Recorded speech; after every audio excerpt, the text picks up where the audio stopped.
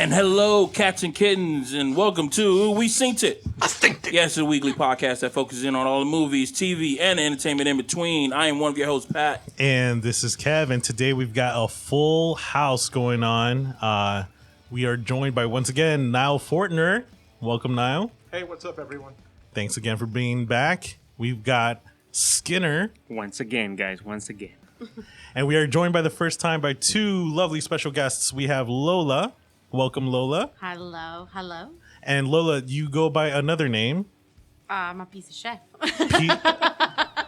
Piece of chef. I'm a piece of chef. Nice. Yes. And last but certainly not least, we are joined by Nilda. Welcome, Nilda. What's going on? And Nilda, you go by the name Appetite for Collectibles. Appetite for Collectibles. So let's talk about that. Where did Appetite for Collectibles come from? Well, the name originated because I have a huge tattoo dedication for Guns N' Roses, and their first album that's one of my favorites is Appetite for Destruction. So I mixed that album with Collectibles together, and then just decided to start it off that way. All right. And what typically what type of collectibles do you like to go for? I'm usually going for like the 70s, 80s, sometimes the early 2000s Star Wars figures.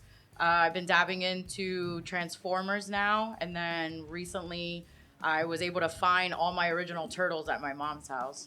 So that was pretty fun. That's awesome. Yeah. Is there a collectible that you've been aiming for, that you've been gunning for a long time, but you just haven't gotten there yet, but it's like it's right there on the top of your list? No, I got it. Oh, yeah? I have 5 Holy Grails that I've been obtaining. I so far have now gotten 3. So which are those? 3 months ago, I found, if you've ever seen the show The Toys That Made Us, I got the Holy Grail for the Star Wars, which is called the Early Bird Special. It was the first toy that they ever sent out. Oh, so they did the same thing that they did with Baby Yoda. So they did it twice. Yeah. Exactly. Yeah, And this pretty much the was a same thing. guarantee Yeah. that your toys were coming to you in December. Okay. So I found that for $20 at a garage sale in Margate, and I almost lost my shit. Like, I almost started crying. Did the person know what they had? No, she was just getting rid of everything. Her husband had passed away, and she had a huge garage sale on her lawn. And I don't even think she knew what was in there. And I told her exactly what it was, and she was like, just take it. You're so nice by telling them what they had. I know. But I always tell them, I was like, listen, here. I was like, this is the Holy Grail of Star Wars. And she's like, you can take it. How lucky. Just take it. You know what? She probably, Are you gonna open she up probably didn't want anything to I've remind opened her it up. of. I did a whole video for it on my nice. channel. It was beautiful, and it comes still with the original manuals, and that's exactly what it looks like. That was the package. And they only send you 4 toys at the time. It was Luke Skywalker, Princess Leia. That's amazing. It had R2-D2 and Chewbacca. And mine comes still in the packaging. They've never been taken out. They still come with all the guns and everything.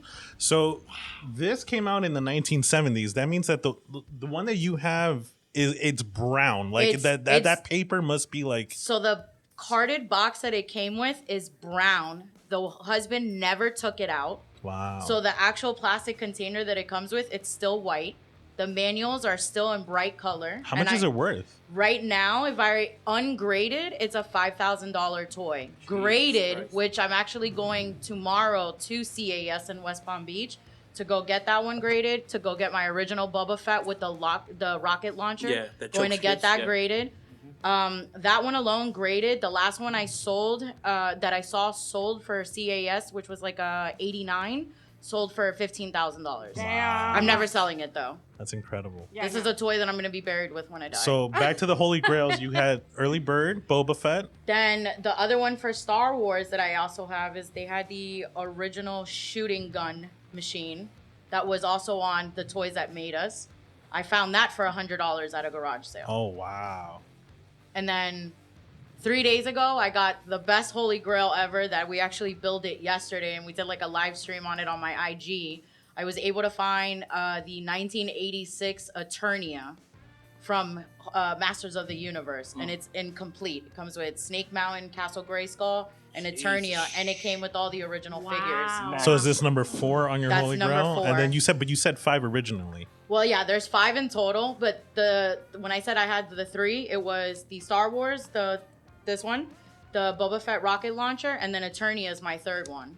All right, so then what are the other 2? The other 2 that I want to get is a prototype of Optimus Prime from Transformers, And then the other one was that I wanted the original sculpting concept of the original Bandai Power Rangers. So for those watching, you just heard it. If you have a prototype Optimus Prime, or what was it, the original? Yeah, it was the like, original prototype. of. But you said the second one was a Power Ranger. The second one is the actual sculpt. It's like the mold of it, of the Power Alright. Rangers. So just contact Nilda. Let her know. And Lola, tell us about Pizza Chef. Well, pizza chef. I cook. I'm just a glorified home cook. But I enjoy cooking. So, why not make it fun? That was my thing. So I started like a plate collection because I believe that whatever it is, even if you don't know how to cook or if you know how to cook just the basics, like food is meant to be eaten pretty, right? So it started because I have to cook for home, and I've been cooking since we're kids, right? That was kind of like our thing. And then Instagram and Facebook happened, and all of these people, like, they share pictures of their food. Like, Yeah. this is what I cooked at home, but they just throw in like these styrofoam plates, and it's just like mountains of shit in there, and it just doesn't look appealing. And then you read the comments, and like, oh, that looks so good. I'm like, no, it doesn't. No, it doesn't. So it's like rice and beans. I make it look pretty. I think I make pretty food. It's just common food, like rice and beans or steak or whatever. So it just became a thing, you know. I just started posting pictures on Instagram, and then people kind of liked the food. And recently somebody said to me, because I do hair, that's not my career. I'm not a chef. I'm just a pizza chef. This, my brother came up with that. It's like, and so it caught on. I do hair for a living. So I actually stopped the Instagram because it's very consuming. People want to eat. Like I put the food out and I was just like, hold on, I'm taking the picture. And nobody can eat until I take the picture of the food. So my friend is like, but I thought you were a chef. I'm like, oh no. Just a pizza chef, it just that's what happens here. But it's just kind of like my thing. And then now it's me jumping into the bigger thing. I'm gonna start cooking in a small kitchen in my town because they need a cook and their food was horrible, and I'm like, what, I can help. So we'll see where it goes. Talking about our childhood, talking about our past, this episode is gonna be focused on nostalgia. Just the stuff that we grew up with, the stuff that we enjoyed during an easier time when we had no bills, we had no stress, we had no adulting to do.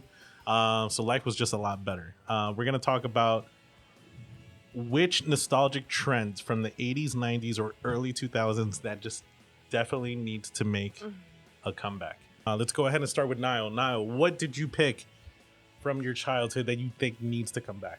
Well, from when I was in junior high, I remember Paul Wall was really big, so I'm gonna go with grills from the early 2000s, like the diamond mouth. I remember kids would put like tin foil in their mouth and just smile, and that's like, and get that out of your mouth. Wait, so That would have been me. did you wear grills? No, I didn't know. If I would, my parents would have smacked it out of my mouth. Did you do the tinfoil though? I Yeah. did. Well, the trend that I chose is no choice. We didn't have a choice when we were kids, but the Bermuda shorts. I didn't have a lot of like low top socks, so I had to like try to tuck them into the fucking. Yeah, I used to like Yeah. wear them all the way to your ankle and then like flip them underneath and Or then you would, stick I your would shoe flip them on top. on top. Okay. Oh, you flip them on top? I would I'll flip them on the No, bottom, me so it's Me like too. a little It'll be an cushion. extra cushion. A Yeah. little extra cushion until you go to your friend's house and they're like, oh, no shoes in this house. Like, oh fuck. but you know what? I tell you Socks what. now up to your freaking knees. I tell you what. I try to do it from the top, and then like sometimes the excess will pull out Yeah. the Yeah. shoe. So I was like, Well, I think bangs are making a comeback anyway, like the Cindy Crawford bangs and 90s, right? Like that whole dusty, sultry lip. I'm big into hair because that's what kind of like my main job is. What? Well, you're not supposed to. Now Yeah. I know that because I'm a hairdresser, but you're not supposed to stretch the hair so much because when you cut it, then the hair ricochets back. So I used to end up with like a curl here. I look like Lord Farquaad from Oh Shrek. my god. Yes. The beeper. But I'm talking about like the acrylic color kinds. Like mine was the clear purple. Oh my Damn. god. I still got that, and then my mom still found hers. She had the clear, like, forest green Yeah. one by Oh, Motorola. Well, how God. do they work now? Like, how would they work now? I didn't even test it out. I'm trying to figure out what the hell is the phone number for that. Because remember, with the beeper, you would call the number, type in the passcode. It was a patch, yeah. It was And a I patch. still was, when I found the beeper, I actually found the printed note of what the codes were. Oh, snap. Yeah. No way. I know that.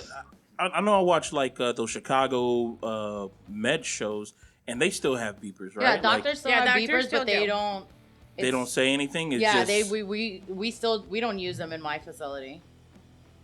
they still got them. They're like $18 used. Yeah.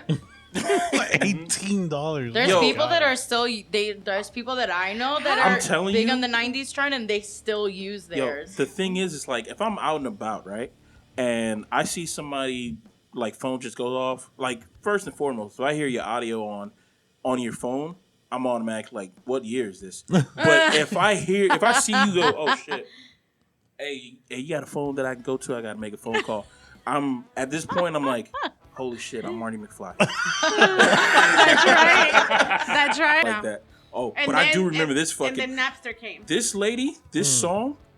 I don't know if y'all remember like commercials and shit like that, but Who's every that? time your love it feels so good. Bro, my yeah. That's what Speaking makes of- me. That's Sonique. That's that Sonique. fucking. That's that fucking lady.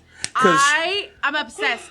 I was okay. Now that you mentioned that, that song, that commercial is stuck in my Yeah. goddamn head. Now you know music. now, I'm like, oh my then now god. you know music. No, Let's see if I can. I was living. See if I can rock this. So unique was something we should bring back. Now you know music. It's like, no, I don't. Yo,